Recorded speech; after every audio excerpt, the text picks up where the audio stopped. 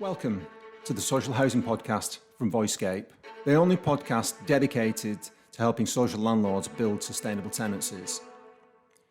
During this series of podcasts, we'll be speaking to leaders from the social housing sector and beyond, hopefully challenging the status quo a little bit, and also stimulating discussion around how technology can be better utilised to help build sustainable tenancies. I'm your host, John Doyle, the Chief Exec and Founder of Voicescape.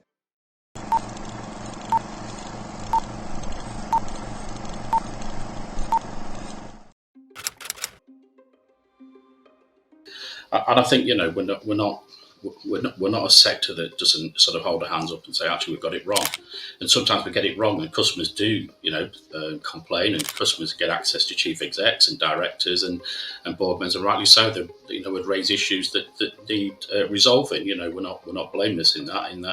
It's a learning opportunity as well, and that we can't think that we're perfect for 1 minute, and I don't think anyone in the sector does. But we do learn from the opportunities. People have a right to complain, and we learn from that. And things like going back to the shop floor and working and talking with frontline colleagues as well about some of the issues they face and some of the reasons why they can't necessarily resolve something or are not empowered to. So I think we're all working towards creating that environment where we can make those decisions on the front line, and we can. And I think for me would be also the opposite to that is also using the data that we receive as well, and looking at that data and what's it telling us, and what are the trends that we're seeing that's emanating from that data, really. So I think, there's a number of things that we're constantly learning with, and we're constantly trying to balance and manage that ongoing challenge, really. Hi, and welcome to this episode of the Social Housing Podcast. I'm Lewis Murray, and today I'm speaking with Russell Thompson, Managing Director of Places Management at Places for People. But as well as that, Russell is Chair of the Direct Works, on the board of a procurement consortium, Fellow of the Chartered Institute of Building, sits on the York Hub Committee as a Vice Chair, mostly focused on delivering property, asset management and compliance. So let's get to it. Please welcome Russell Thompson.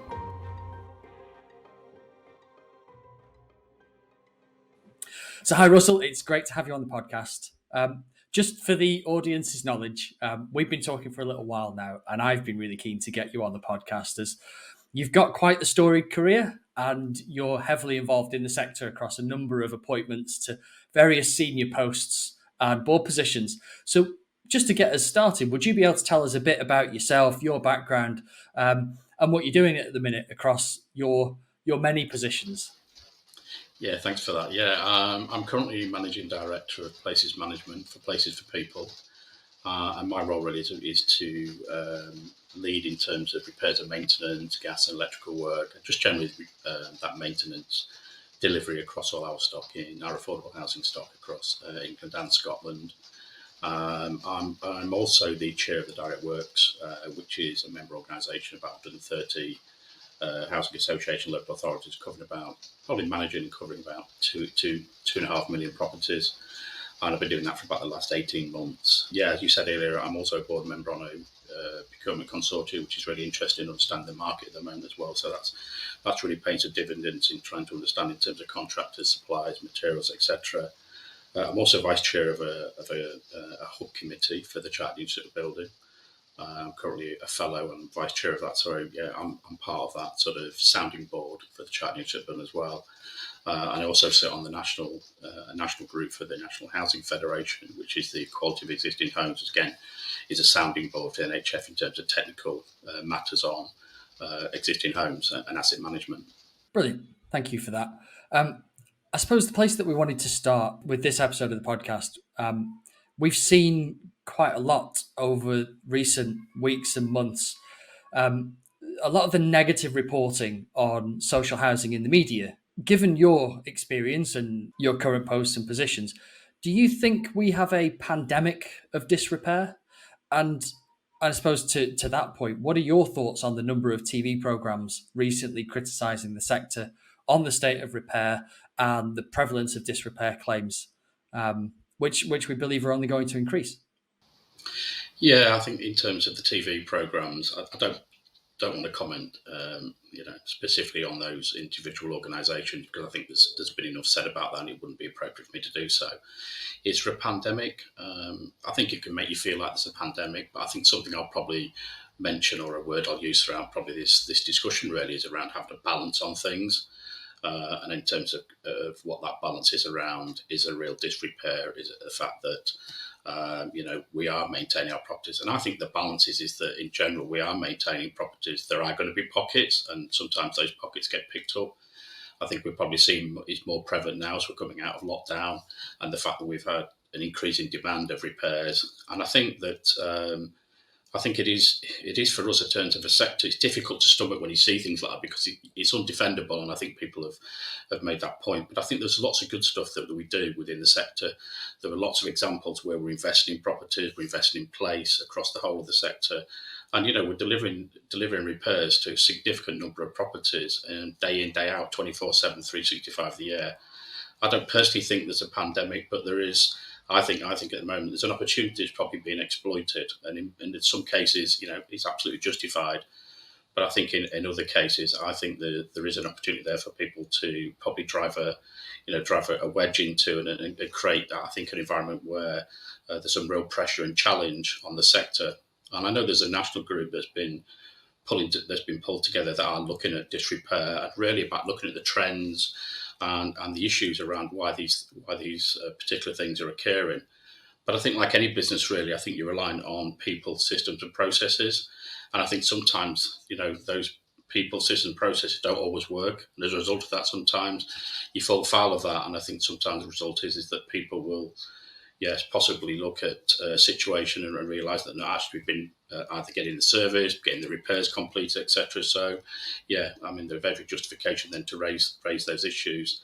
But I personally don't think there's a pandemic. I think it's just a case that these things are being raised. There's more demand on our services, and I think people may be possibly being exploited because where there's a claim, and unfortunately we end up spending money to defend that position. But again, I wouldn't for one minute think that if there's a real claim there that most organisations, if not all, would respond accordingly. Yeah, absolutely, and that was something that I think it's a real challenge, isn't it? Because there's a balance there, isn't there?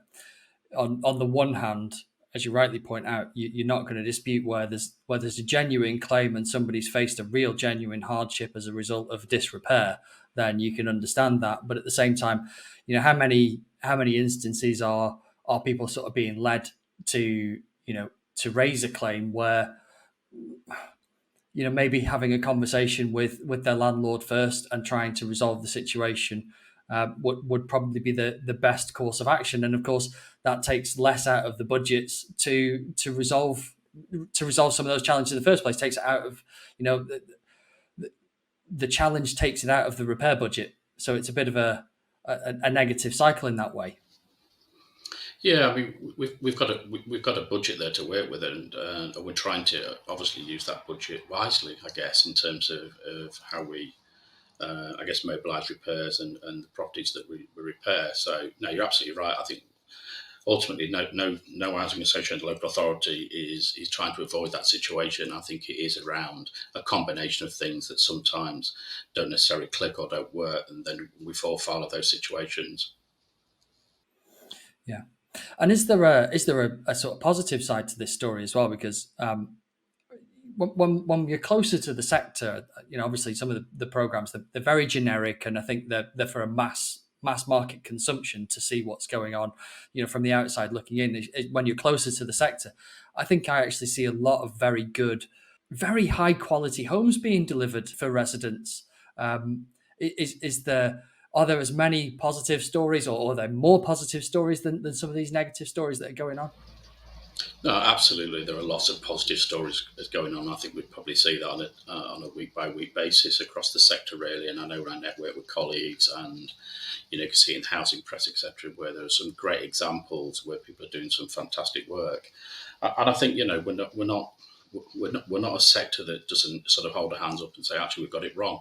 And sometimes we get it wrong, and customers do, complain, and customers get access to chief execs and directors and board members, and rightly so. That would raise issues that need resolving. We're not blameless in that. It's a learning opportunity as well, and that we can't think that we're perfect for 1 minute, and I don't think anyone in the sector does. But we do learn from the opportunities. People have a right to complain, and we learn from that. And things like going back to the shop floor and working and talking with frontline colleagues as well about some of the issues they face and some of the reasons why they can't necessarily resolve something or are not empowered to. So I think we're all working towards creating that environment where we can make those decisions on the front line, and we can. And I think for me would be also the opposite to that is also using the data that we receive as well, and looking at that data and what's it telling us, and what are the trends that we're seeing and that's emanating from that data really. So I think there's a number of things that we're constantly learning with, and we're constantly trying to balance and manage that ongoing challenge really. But I think really sort of summarising these, yes, there are pockets, but we're managing through that, and we deal with complaints, we deal with issues that get raised. But ultimately, some really, really positive stories around some fantastic investment, building new homes. And I think that the way we approach that and the way that we continually invest in our existing stock, I think is at good levels, and we've seen a really good positive story throughout the years. I think even from going back to 2000 when decent homes came into being, and we've seen some real advancement in terms of the quality of homes. Brilliant.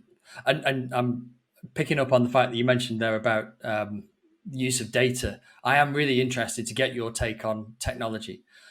Specifically in how do we speed up the implementation of technology to tackle issues around things like the fabric first approach to energy efficiency or condensation, for instance. What's your thoughts on that? Yeah, I think there's a couple of thoughts really in terms of the term technology. I think one is there's technology out there that's obviously feeding back to us in terms of, I guess, humidity levels, how people live in their home, are they using the heating, think about fuel poverty. And then there's the technology about the new products that are out there that a lot have been tried and tested in terms of meeting that fabric first. So I think, there's a number of different fronts. I think obviously gathering the data first to tell us how people are living within their homes, how the home is responding, how it's being heated, etc. I think gives you all that source data that you need really to make informed decisions. And then I think in terms of, we're seeing this approach now about fabric first, about what are the products or the technological products that people are using to actually tackle that fabric first, and that, getting that insulation right and that continuity of insulation and airtightness that we're sort of craving for in terms of that zero carbon journey. That's a particularly pertinent one at the minute, isn't it? I think you must have seen in the news over the past couple of days the government have announced some fairly significant plans for reducing the national carbon emissions, and I noticed they were looking to ban the use of gas boilers by 2035. I think was the date that they've put on that. With all that going on, and obviously the work that you're already doing, how likely is it that we can achieve a net zero or zero carbon emissions, and how realistic is it that those net zero and zero carbon activities will help us to achieve homes that are suitable for living in? How do we bridge the gap between the vision of zero carbon homes and the capital investment required to achieve it? Yeah, I don't think the zero carbon is a new thing to us, as you rightly say, and the fact we've got this target of 2050. And I think as a sector, we're coming to grips with the challenge, I think, in terms of that's in front of us, in terms of what is it we need to do, and two, how we're going to fund that work and take it forward. So I think we're in a discovery phase, I would say, at this moment in time. I think we're all probably pretty much aligned to the fabric first approach, and the NHF presented a report yesterday, I believe, in terms of that approach. So I think that people already start to formulate that is the right way to go. I think within the sector, people and organisations are at different places at this moment in time. I think there's this saying around, should you move with the technology, this Betamax versus VHS thing, and for those that can remember that, there's this kind of approach going on, and should we break into the technology, etc., etc. But I think you've got to. I think for the sector, we've got a realistic plan around, you say, fabric first about insulation. There's probably a 6-point plan around continuity, air tightness, ventilation, new technology, then generation. So there is a good plan around that. This has already been tested in terms of passive house and Enefit standards. So there is some tried and tested method around that. And I think it's just about organisation, the sector, formulating that plan. We know there are lots of groups, there's lots of discussion. I think in terms of financing it, I think that's a real challenge. And I think some of that challenge is around, I guess, our current investment plans and providing more of a holistic approach to our overall investment and what's the funding of that holistic approach. And I think going forward is our current 30-year business plan, is that the right proxy? Should it, a lot of our stock will last for a lot longer than 30 years, and should we be investing over and borrowing over and paying up over a longer period? So I think there's lots of things to take into consideration. I think it's an interesting one around the gas boilers. For new homes, it is 2025. But I think then the dichotomy then is about if they don't decarbonise the grid, then taking gas away and going to electric is going to be difficult, given that the energy price difference between gas and electric, with obviously electric being far more expensive, is a difficult one. And I guess for a lot of our customers at tenants in social housing, then, there's going to be even more pressure on them in terms of their purse strings. So, there has to be, and again, I said I'd use this word quite often, there has to be a balance around. One is about when we invest, how we invest in terms of zero carbon, and I guess understanding the impact of that on our customers, I guess, and obviously on the environment itself. So I don't think we're fully clear in terms of where we're going to be. I think, it's that discovery phase, and I think we're working through that discovery phase. But I think over the next probably couple of years, we'll get to see a far better indication about what that future strategy and plan will be as we work through it. Yeah, absolutely. That's something that I'd noticed as well. The desire to move people to things like heat pumps. It's like, well, that's all well and good, but heat pumps are very expensive to run. So there's still a challenge around that when we're talking about tenants who might already be struggling to pay their rent with regular sort of gas prices. Although, of course, we've also seen recently in the news gas prices going up. So there's lots of challenges there to overcome. And from our previous conversations, you've mentioned quite a few of the competing priorities in home building. How does the sector deal with some of these competing forces? So the need to build new homes. How do you deal with the housing shortage, renovating old stock, achieving some of the government's net zero carbon targets? How do you cope with that? That's a lot to try and balance. Yeah, well, I think it's managing those conflicting priorities really to a degree, because yes, you've got to build new homes. Yes, you've got to keep investing in your existing stock. Yes, you've got to keep repairing it, and yes, you've got people, our customers and tenants, who have also got competing demands as well. And I guess it's about having that balance again about across the whole piece really. And I think that's what we're all trying to do. That's the challenge too. It's about how we can deliver the best with what we've got. I think, for want of a better terminology, I think that's exactly what it is. And I think generally we get it right. But I think if you think back about 6 years ago, we had in 2015, we had the rent reduction, which obviously impacted on ourselves and the sector, and it makes you refocus. And I think that's what we're doing. And I think it's very unusual now for maybe organisations to have maybe a 3 or a 5 year plan, because it's constantly changing. It's constantly reflecting the priorities. And who could have predicted, COVID 2 years ago? Well, nearly 2 years ago. Who could have predicted that, and how we were going to respond to it? And the fact of going into lockdown, etc., and Brexit and the outputs from Brexit, and the fact that we're seeing now this sort of perfect storm around demand increasing, material prices, recruitment, there are lack of people available, trades, material supplies out there. They're stuck in a big tanker in, out there in in the sea somewhere. So I mean, there's all those things that build up, and I think it's constant reflection on the business. I guess what we're trying to, in terms of the impact on the business, what we're trying to deliver.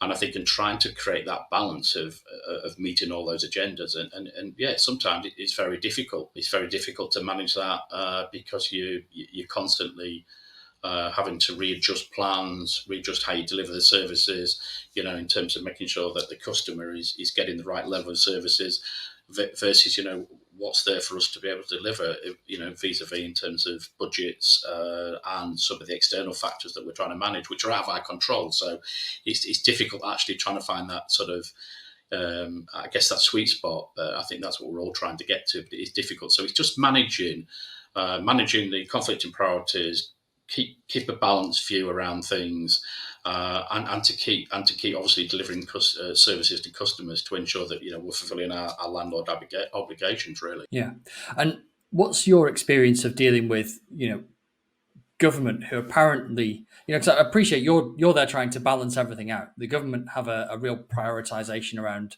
new stock. What's been your experience of trying to manage those expectations whilst aligning with your own kind of budgets and focus for existing tenants and existing stock?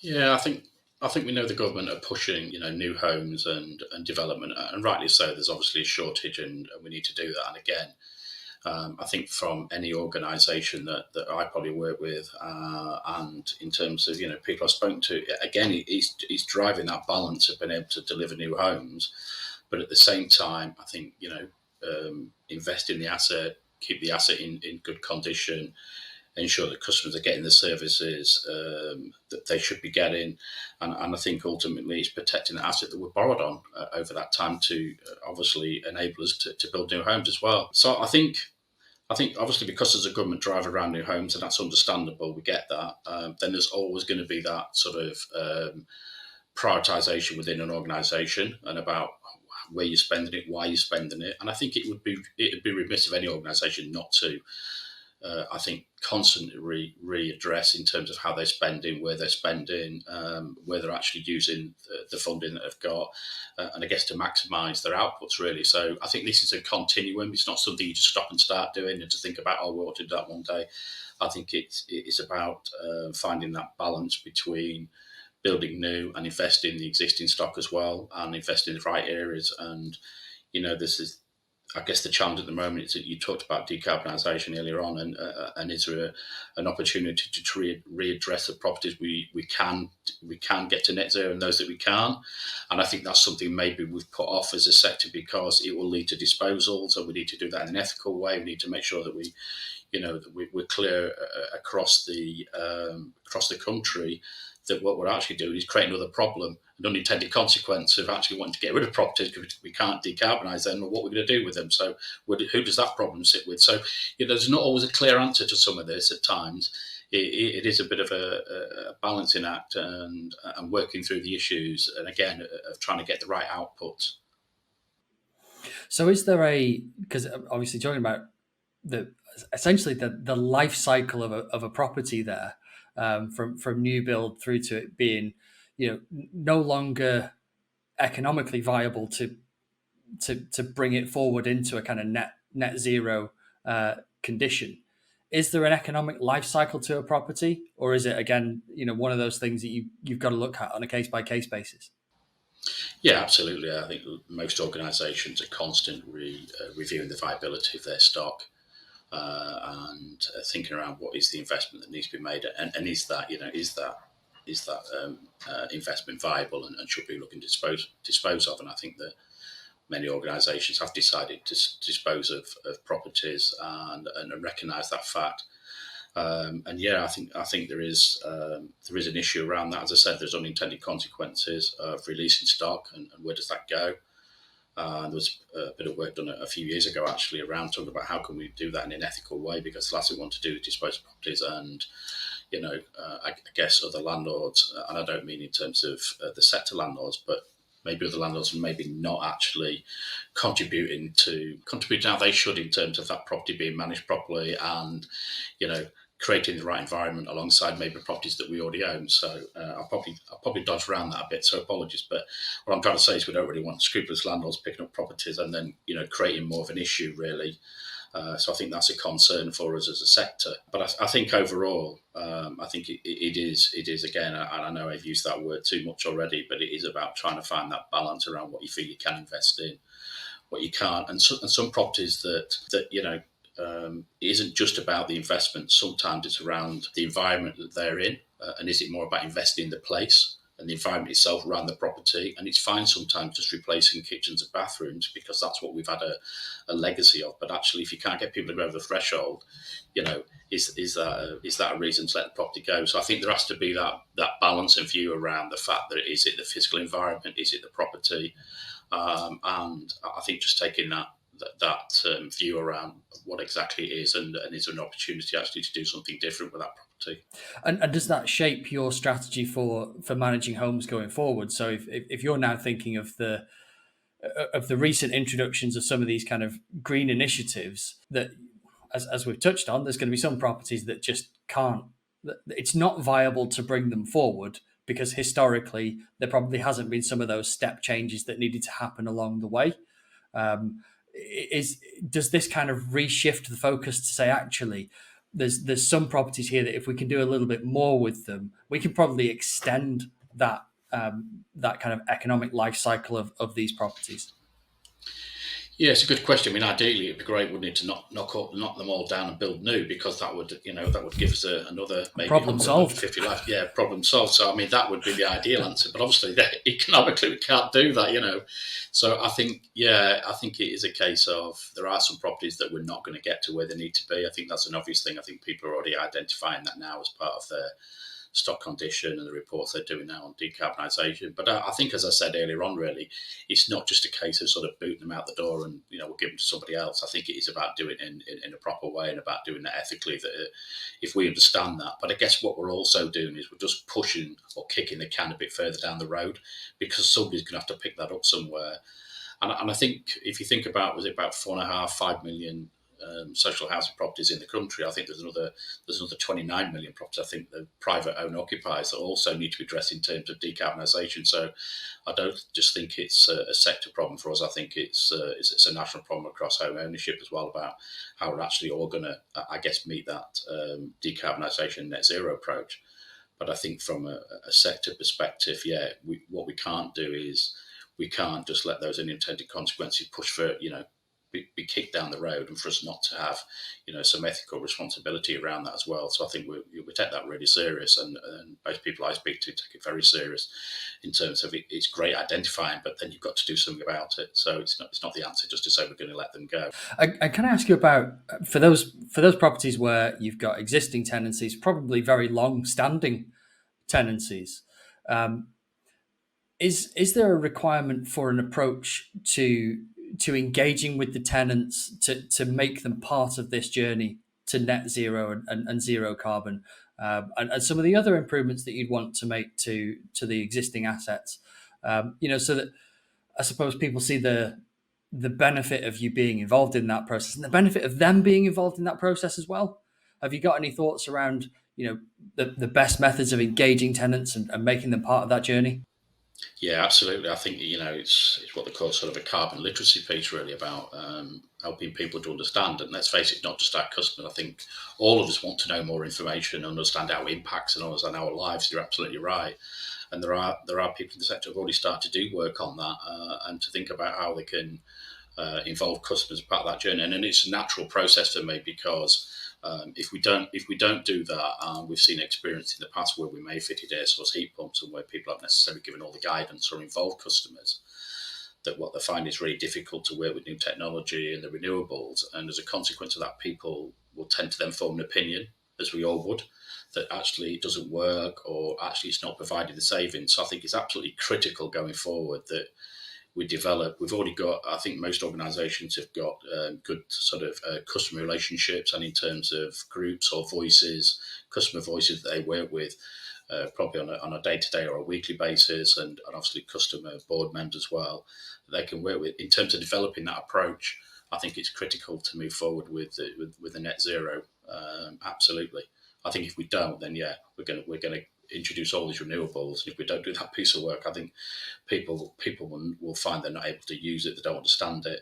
So we're on a journey. Again, it's a discovery phase. People are doing work already within the sector, some really, really good work about how they're working with customers, I guess, to drive the agenda as well, and for everyone to get to some of that equal understanding, really, about what it is we're trying to do, why we're doing it, and what does it mean for them, what's the impact for them. Yeah, brilliant. And the last question that I've got for you is, in your role on the NatFed, and your experience over the last 20 years, what, in your opinion, have been the greatest trends and successes that you've seen around asset management, house building, and maintenance? Yes, good question. Actually, to be fair, yeah, I think one of the things I think is around decent homes. I think the introduction of decent homes, we knew, didn't we, before about 2000s, about £19 billion worth of shortfall in terms of spend and investment.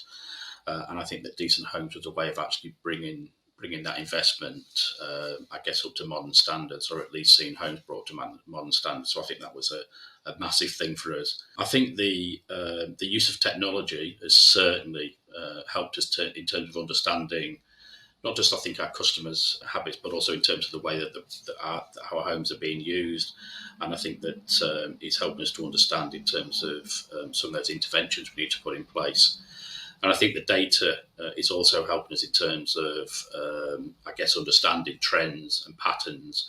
And we can use that then in terms of being more, I guess, proactive and preemptive about what it is we actually need to either implement or put an intervention in place. So I think that's really helping us going forward.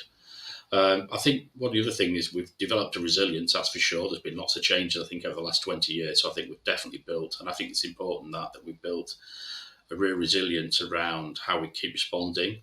I go back to 2015 and the rate cut, and how we had to, lots of businesses had to take significant amounts of efficiencies and savings out of their business plans. And I think that's created a definite resilience around how we manage things going forward.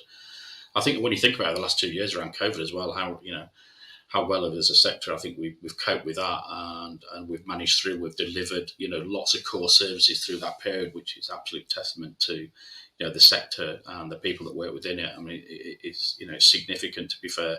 And I think our understanding around managing conflicting priorities, and I think working within the numerous governments and I guess the ministers we've had to work with in terms of trying to meet that agenda, their agendas, and the government agenda as well. I think I think they've been a massive part of how we've learnt as a sector to keep modernising, manage those conflicting priorities, and I think keep delivering services to our customers and tenants. That's great. Thank you for that. And look, that's everything from me. So the only thing that's left to do is to say thanks, Russell, for joining on to the podcast today. Been really great to hear your input, and hopefully we'll get to speak to you soon. Brilliant. Thanks so much. Thank you.